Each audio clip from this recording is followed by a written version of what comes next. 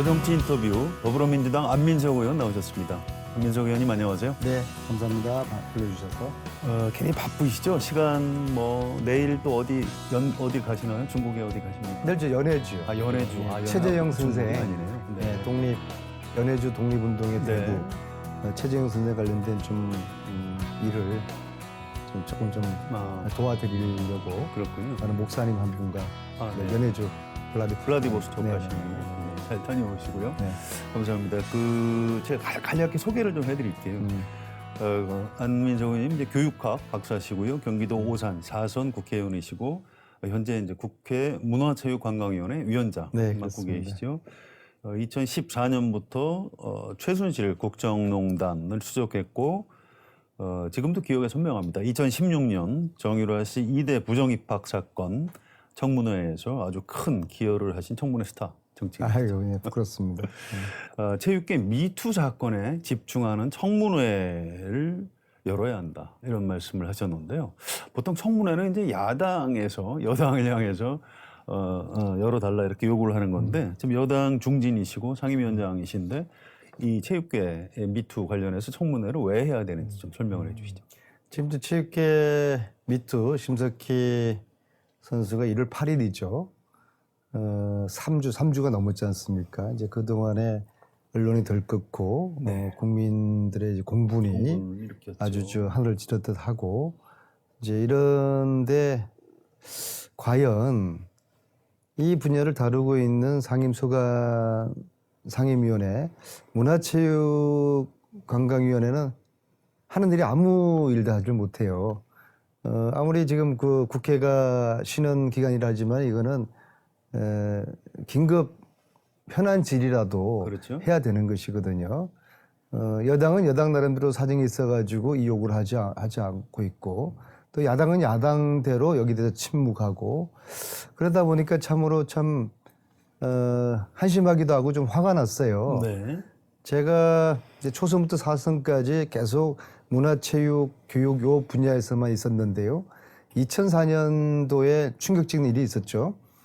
그때도 이제 태릉 선수촌에서 국가대표 쇼트트랙 선수들이 이제 구타를 당했던 사건이 그렇습니다. 있었거든요. 예. 그때는 2004년 11월인데요.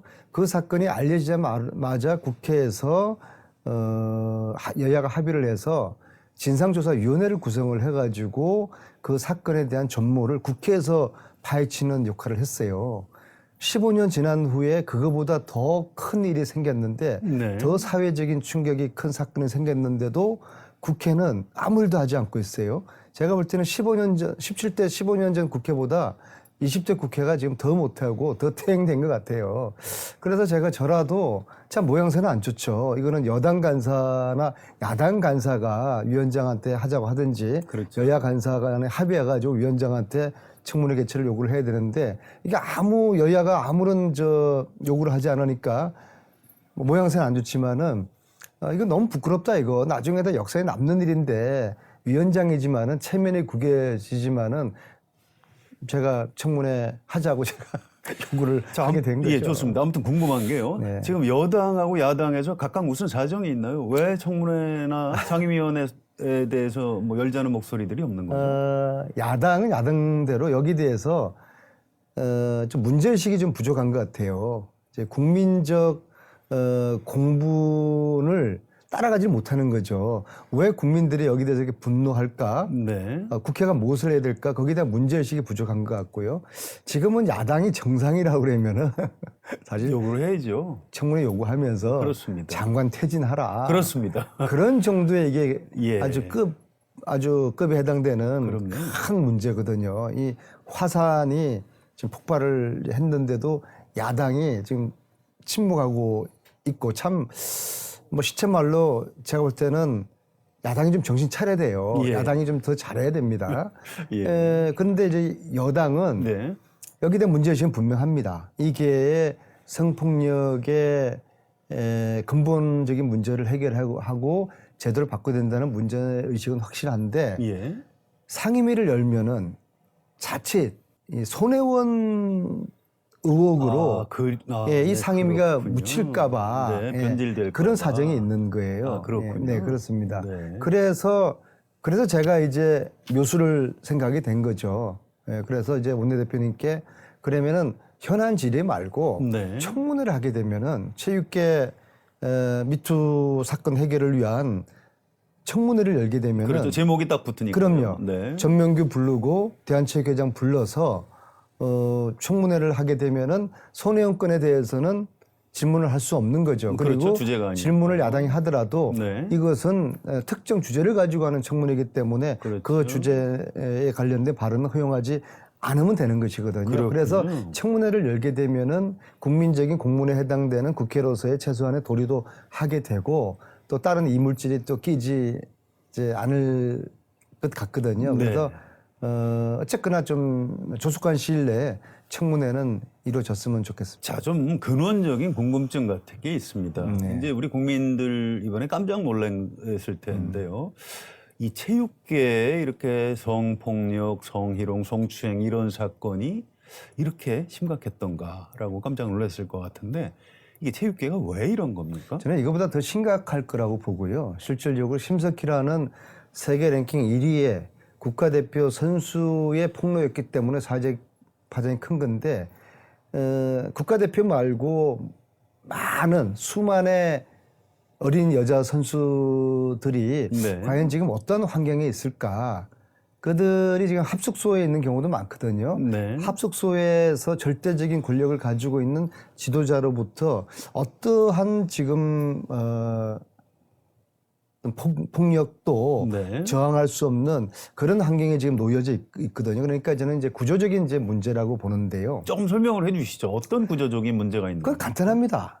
과거에 이 구조는 인권 인자도 거론되지 않았던 박정희 전두환 시대에 만들어진 구조입니다. 체육의 목적은 국위선양. 체육은 국가를 위해서, 선수들은 국가를 위해서 헌신하고 희생하는 그런 존재 수단이었거든요. 근데 이것은 정책으로 하다가 전두환이가 82년에 네. 그 당시 서울올림픽과 86 아시안게임 앞두고서 아주 법적으로 네. 국민체육진흥법 제1조에 스포츠의 목적은 국위선양을 목적으로 한다. 이걸 법으로 딱 명시를 전두환 법으로 씨가 그렇게 돼 있군요. 82년도에 네. 명시를 했죠. 참 대단한 대한민국이에요. 그래서 네. 법적으로 이 스포츠는 국위선양을 위해서 존재하게 돼 있는 거예요. 그러니까 그 속에서 선수들의 인권이라든지 교육권, 예. 선수들은 공부할 이유가 없는 거예요. 공부 꼴찌 하더라도 운동만 1등하면은 고등학교 국위선양을 가고 위해서. 연대 고대 가고 예. 그런 구조거든요. 그렇군요. 그다음에 선수들의 인권, 때렸더라도 메달만 따면 그만인 거예요. 성폭력, 그 지도자 메달만 많이 따면은 그건 훌륭한 지도자예요. 그런 체제 속에서 조재범이나 전명기와 같은 괴물이 출현한 것이거든요. 그렇군요. 문제는 박정희 전두환 시대에 만들었던 이 구조가, 이 체육계 구조가 지금 21세기 이 평화의 시대, 인권의 시대에도 그대로 있기 때문에 이 속에서 성폭력이라든지 폭행 이런 것들이 구조화되고 만연화되어 있는 것이죠. 따라서 네. 이 구조를 깨거나 바꾸지 않으면은 이것은 되풀이 될 수밖에 없는 문제라고 저는 보고 있습니다. 그렇군요. 아무튼 그런 어떤 이 구조를 바꾸기 위한 약간의 어떤 그 일정표 로드맵. 지금 이제 실태조사는 그동안 실태조사를 대한체육이 쭉 했다고 그러지만은 그것은 일종의 좀 면피용의 짝퉁식의 실태조사였거든요. 선수들은 지금 현재 성추행이 어떤 건지에 대한 개념도 없어요. 왜냐하면 교육을 받지 않았기 때문에 어릴 때부터 네. 스포츠라는 게 지도자하고 신체 접촉을 많이 하지 않습니까? 그렇죠. 그 과정에서 생기는 성추행의 문제는 근원적으로 발생할 수밖에 없는 것인데 그것이 선수들 스스로가 학습이 돼 있는 거예요. 그래서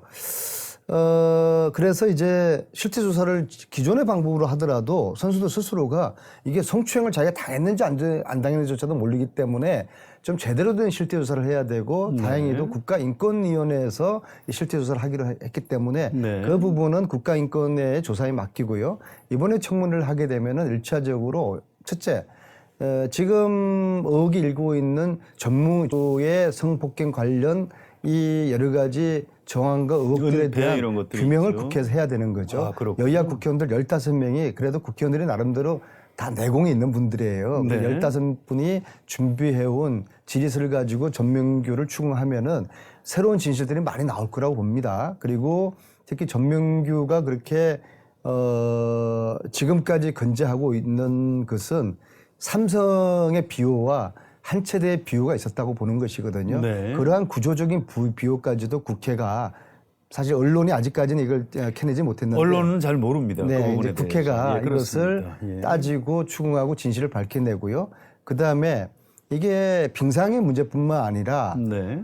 뭐 체조, 축구, 배구, 농구 자유로운 종목이 없어요. 그렇다고 그러면은 이 각 협회와 연맹의 각 종목의 이 성폭력 또 폭행 여기에 대해서 관리 감독할 수 있는 그 권한을 가지고 있는 곳이 대한체육회거든요. 네. 그럼 대한체육회는 대한체육회장은 왜 이 관리 감독을 부실하게 했는지에 대한 또 책임 추궁이 있어야 되는 것이죠. 또 궁극적으로는 대한체육회를 관리 감독할 정부 부처 네. 그러니까 3,400억의 국민 세금으로 운영되거든요. 이 정부 부처 대한체육회가 왜 대한체육회에 대한 관리 감독을 왜 소홀히 했는지 네. 이 부분에 대한 전반적인 책임 추궁을 하는 게 이 청문회의 첫 번째 목적이고요. 네. 두 번째는 뭐 책임만 추궁하는 게 다가 아닌 것이죠. 그렇죠. 앞으로 이런 일이 발생하지 않도록 하는 제도적인 구조적인 제도 개선을 국회에서 이제 만들어내야 되겠죠. 즉 말하자면은 네.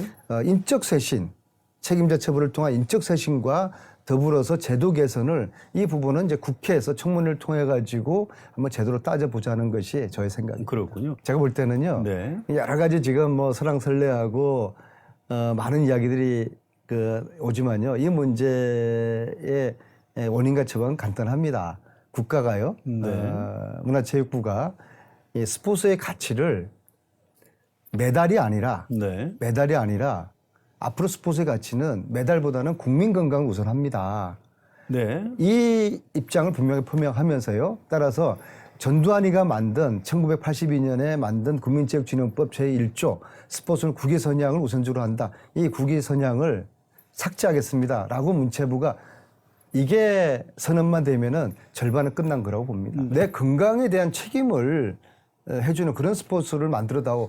그게 국민적인 명령은 떨어졌다고 봅니다. 이제는 이제 국회나 정부가 그 명령을 국민적 명령을 잘 이행해야 될 그 과제가 남아 있는 것인데 이것이 과연 제대로 국회와 정부가 그 숙제를 제대로 이행할지는 사실은 반신반의입니다. 네. 그 도종원 장관 말씀하신 것 중에 이게 이제 지역적인 건지 본질적인 건지 잘 모르겠습니다만 대한체육회와 올림픽위원회를 분리를 하겠다 뭐 이런 얘기를 한 것 같은데요. 이게 하나의 처방이 될 수 있을까요? 뭐 KUC를 분리한다고 뭐 성폭력이 없어질 것 같지는 같고요. 않은데. 예, 그건 좀 이제 별개의 문제입니다. 그렇군요. 뭐냐면 이제 우리나라 체육은 그동안 대한체육회가 메달을 따는 그런 목표로 하는 게 조직의 목표였거든요. 그렇습니다. 근데 이제는 스포츠 외교 시스템을 좀 만들어야 되지 않겠습니까? 특히 이제 지난 9월에 남북 정상이 32년 올림픽을 공동으로 개최하자로 합의를 하지 않았습니까? 네, 그렇습니다. 그러면 IOC를 상대로 IOC 위원들을 상대로 스포츠 외교를 펼쳐야 되는데 시스템이 없어요. 네. 또 과거에 김은영 위원처럼 뭐 실력 있는 스포츠 외교 실력자도 없고요. 사람도 없고 시스템도 없어서 개최 유치권을 따내는 게 굉장히 참 난망해요. 네. 그래서 이참에 스포츠 외교 시스템을 만들어내고 네. 그래서 KOC 위원장을 영어도 외국어도 잘하고 스포츠 외교의 인맥도 있고 그런 역량 있는 분을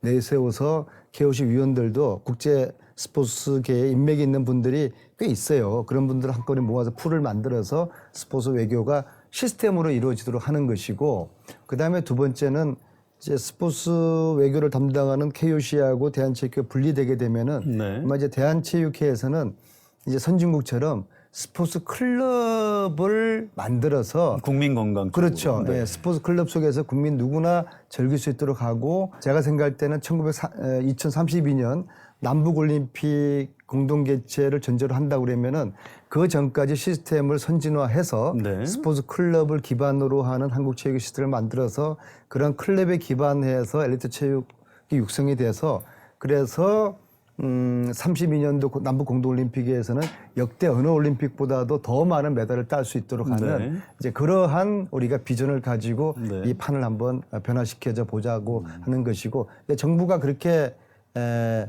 이제 말로는 그렇게 지금 그렇게 하는데요. 했죠. 그렇습니다. 실질적으로 진정성을 얼마큼 담았는지는 지금 이제 스포츠 혁신위원회가 이제 구성이 되거든요. 네. 그 혁신위원회가 얼마나 제대로 기능을 할지 그리고 거기에 공무원들이 관여하면 안 되거든요. 네. 정권을 주고 거기서 결정되는 것을 정부가 과감하게 정책으로 실행을 하는 그러한 새로운 형태의 혁신이 필요한 것이죠.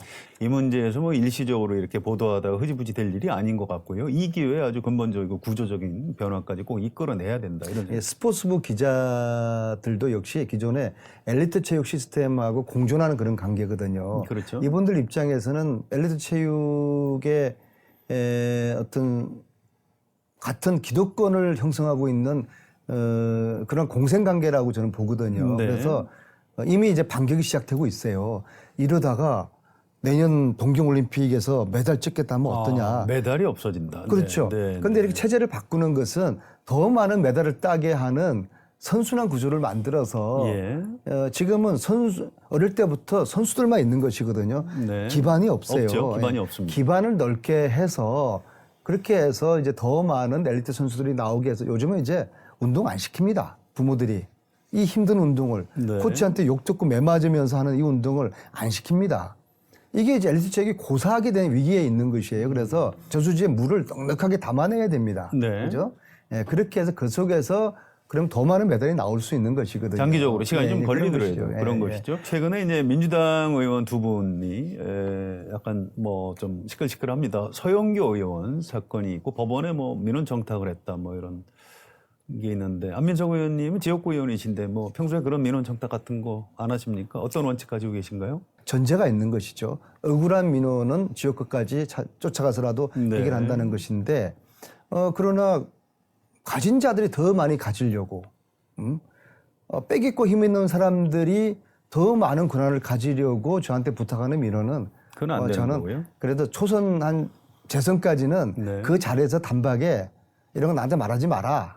그냥 돌려보내는데 요즘은 조금 좀 세련되게 네. 세련되게 거부하는 그런 또 요령을 익혀서 네 알겠습니다 그렇군요. 하고서 돌아서면은 그냥 또 손혜원 의원 사건은 어떻게 보십니까? 제 이야기를 예, 하면서 좋습니다. 대신 답변을 하겠습니다. 예. 저는 제가 이제 초선부터 사선까지 15년 정치를 하면서 네. 단 한 주의 주식을 사지 않았습니다. 살 기회가 있었죠. 가령 제 후원 회장님이 훌륭한 분이세요. 금강산에 골프장, 네. 깔때기 골프장 만드신 분이고요. 그분이 요즘 뭐 사업이 잘 돼가지고 그분이 북한주예요. 그분이 가지고 있는 주식이. 예. 그래서 한 1년 전에 안 의원 우리 주식이 북한주고 굉장히 많이 오를 거니까 네. 좀 사라. 내가 당신한테 다른 건 못 해주지만은 이거는 뭐 법으로 문제 있는 거 아니냐. 사실 인간적인 고민을 했어요. 네. 예, 했는데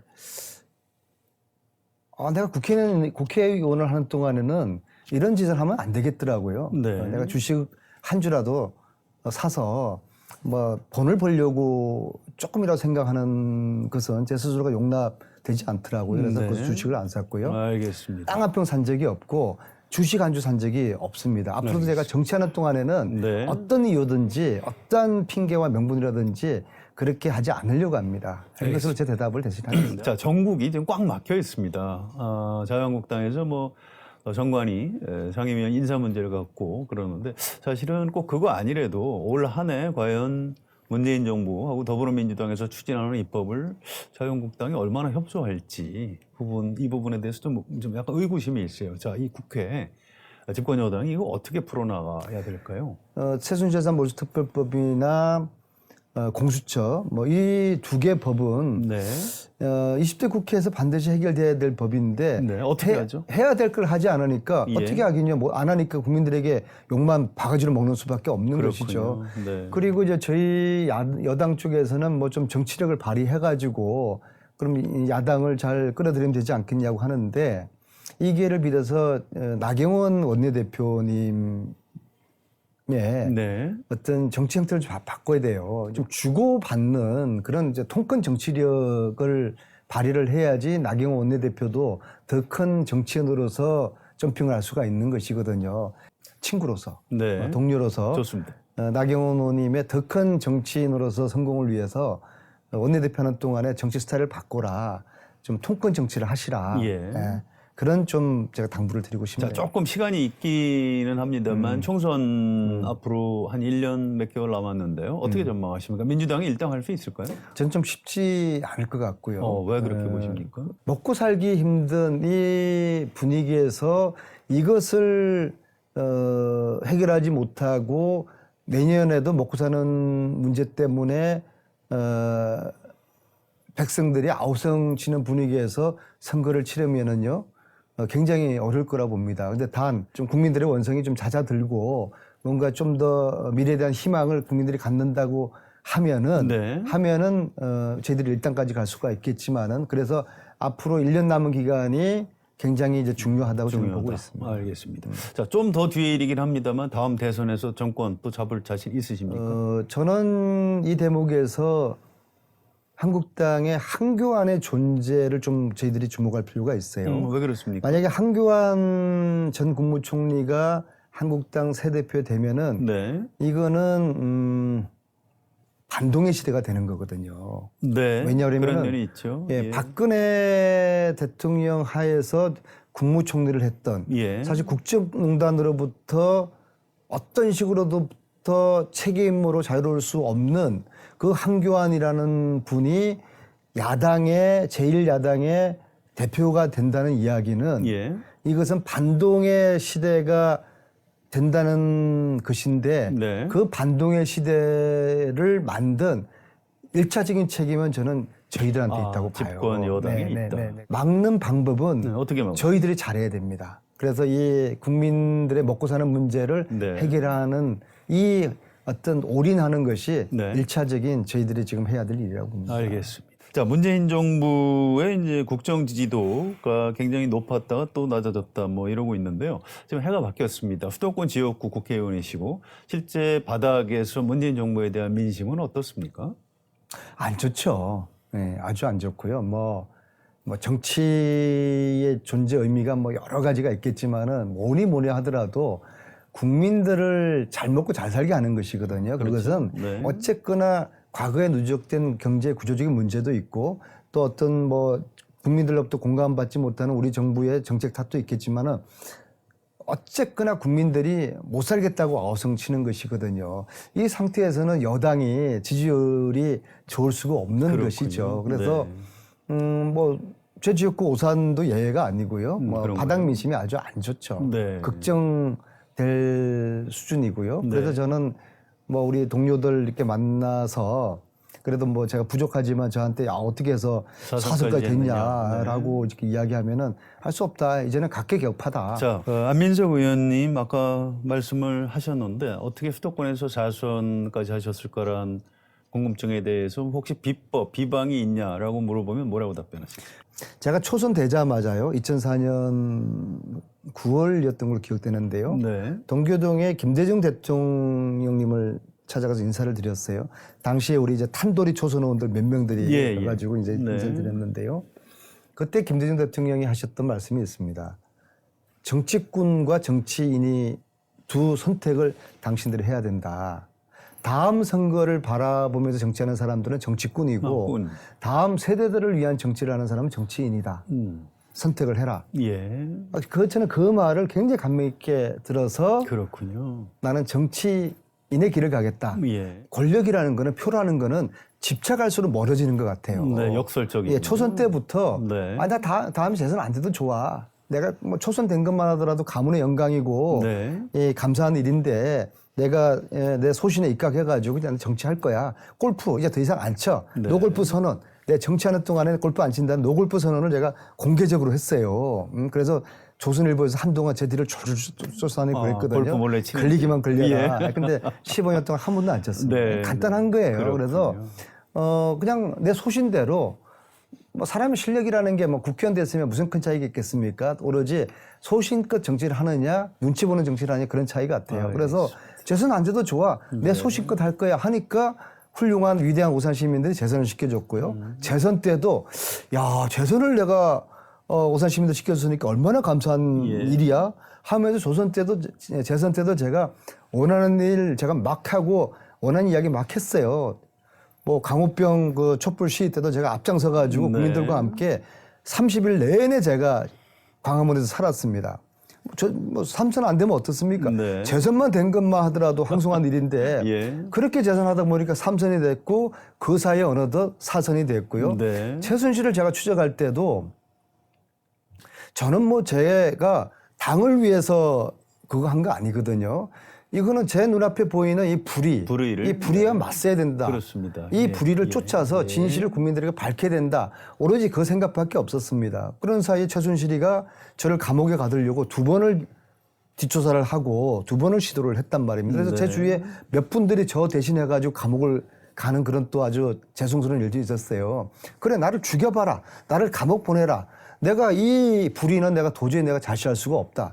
누가 알아주든 몰라주든 진실을 위해서 나는 이걸 싸운다. 그런 자세였는데 그러다 보니까 사선이 사선을 되죠. 오산 시민들이 시켜드리고요. 예. 지금도 제가 5선을 해야 된다는 생각이 없어요. 4선 의원으로서 문화체육관광위원장 하면서 지금 네. 현재 체육계 미투 이거 해결한다고 무슨 표가 한 표가 되겠습니까? 안 그러거든요. 네, 그렇습니다. 그리고 남북평화 시대에 문화체육관광 이 교류를 하면서 문화적인 통일을 이루어내는 문화를 통해서 민족 동질성을 회복하는 이 일을 내가 열심히 하겠다. 네. 뭐 알아주든 몰라주든 이런 일을 열심히 하다 보면은 어느새 아마 오산 시민들이 저에게 안민석 잘한다. 또다시 국가와 지역을 위해서 봉사할 기회를 줘야 된다. 대안이 있느냐라고 이제 판단을 하시지 않을까 싶고요. 네. 저가 하는 이러한 노력들이 오산 시민들이 보시기에 저기 이제 안 돼, 틀렸어. 라고 하면은 뭐 다음 선거 안 되는 바꾸는 것이죠. 거죠. 그래서 네. 그런 면에서 마음을 비우면서 정치를 하는 것이죠.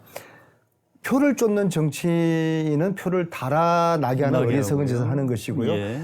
표를 의식하지 않고 소식권 정치를 하게 되면 표가 오히려 역설적으로 몰리는 것 같다는 네. 그런 저의 자그만 예. 그런 경험에 우러나온 저의 신념입니다. 우리 국민들한테 또 우리나라 대한민국 정치사에 안민석 어떤 정치인으로 기억되고 싶으세요? 바로 이제 2가지입니다. 32년에 남북 공동올림픽을 개최하는 이 일에 제가 헌신을 하고 싶습니다. 예. 올림픽이 32년에 많이 치러지게 되면 이건 단순한 올림픽이 아니라 남북의 문화적인 통일이 준비하는 과정 동안에 서울 사람들이 평양 가서 응원하고 평양 사람들이 서울 가서 부산 가서 응원하고 올림픽을 통해서 자연스럽게 사람들이 왕래하고 서로가 서로에 대한 이해를 하고 이 올림픽에 준비하는 이 기간은 민족의 문화적 통일이 진행되는 그런 그렇죠. 기간이라고 보고요. 그런 측면에서 이 남북 공동올림픽에 대한 기대와 성원을 국민 여러분들께서 해주시길 바라고요. 네. 저는 이제 헌신을 하겠다는 제가 다짐을 지금 하고 있고요. 지금도 나름대로 물밑에서 열심히 제가 할 수 있는 역할을 하고 2번째로 1100년 전에 이 철원에 세워졌던 궁의 궁터, 네. 태봉궁 철원 궁터인데요. 이 궁터가 지금 남북 DMZ 딱 걸려가지고 걸려가지고 있습니다. 예. 성 둘레가 12km인데요. 이 성을 지난 9월 19일 날 평양선언에서 남북 정상이 복원하자고 합의를 했거든요. 한 10년 정도 걸리는 겁니다. 오래 걸리는군요. 지뢰 제거부터 해야 되고 네. 성 둘레가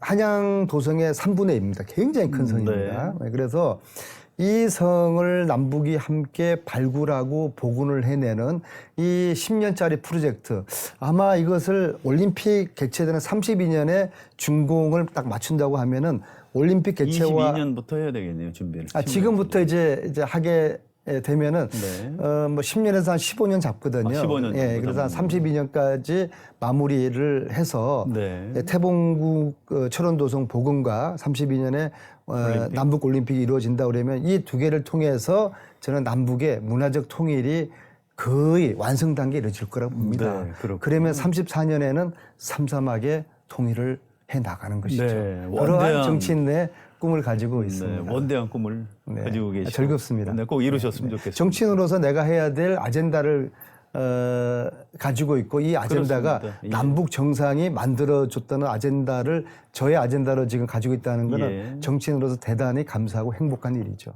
저희 그 시청자들께 집권 여당 중진 정치인으로서 인사 말씀 좀 네네. 부탁드리겠습니다. 정치는 뭐니 해도 국민들의 먹고 사는 문제를 해결해 줘야 되는데요. 올 1년 동안에는 저희 집권 여당이 국민들의 먹거리와 일자리 이 문제에 대해서 더 많은 시간을 투자를 해서 헌신하겠다는 약속을 드리고요. 두 번째는 이제 남북 평화의 길이 더 크게, 더 단단하게 열릴 수 있도록 국민들께서 성원해 주시고 이 길을 열어가는데 저도 헌신하겠다는 말씀을 드리겠습니다. 새해 복 많이 받으십시오. 오늘 출연해 주셔서 감사합니다. 수고하셨습니다. 네, 감사합니다. 더 정치 인터뷰 오늘은 더불어민주당 안민석 의원과 함께했습니다. 여러분 고맙습니다.